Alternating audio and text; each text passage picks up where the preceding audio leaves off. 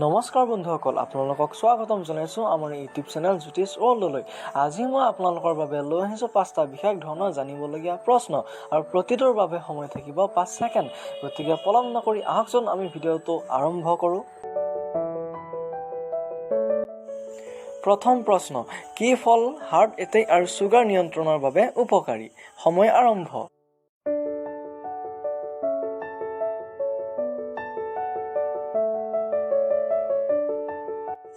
উত্তৰটো হৈছে জলফাই। হয় বন্ধুসকল, জলফাই হাৰ্ট এটেক আৰু ছুগাৰ নিয়ন্ত্ৰণৰ কাৰণে উপকাৰী।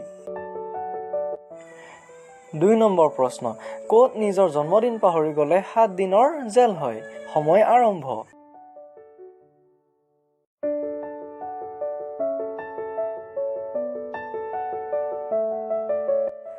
উত্তৰটো হৈছে জাপানৰ হামুৰা অঞ্চলত। হয় বন্ধুসকল, আচৰিত হ'লেও এয়াই সত্য। 3 নম্বৰ প্ৰশ্ন, বৰ্তমান পৃথিৱীৰ জনসংখ্যাতকৈ কি জীৱৰ সংখ্যা বেছি? সময় আৰম্ভ।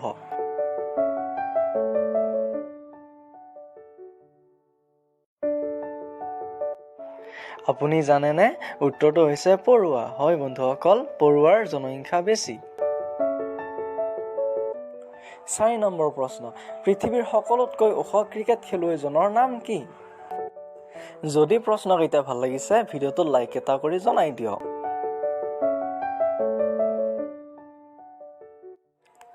উত্তৰটো হৈছে মহম্মদ ইৰফান।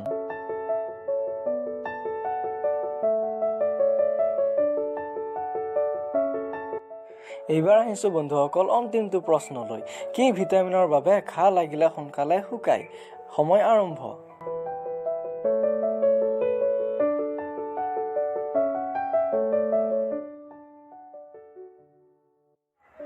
উত্তৰটো হৈছে চি ভিটামিন। বন্ধুসকল, এইবাৰ আপোনালোকলৈ এটা প্ৰশ্ন, ভাৰতৰ ৰাষ্ট্ৰীয় মিঠাই কি? এই প্ৰশ্নটোৰ শুদ্ধ উত্তৰ দিয়া প্ৰথম 10 জনৰ নাম মই পিছৰ ভিডিঅ'ত উল্লেখ কৰিম, গতিকে কমেণ্ট কৰি জনাবলৈ নাপাহৰিব।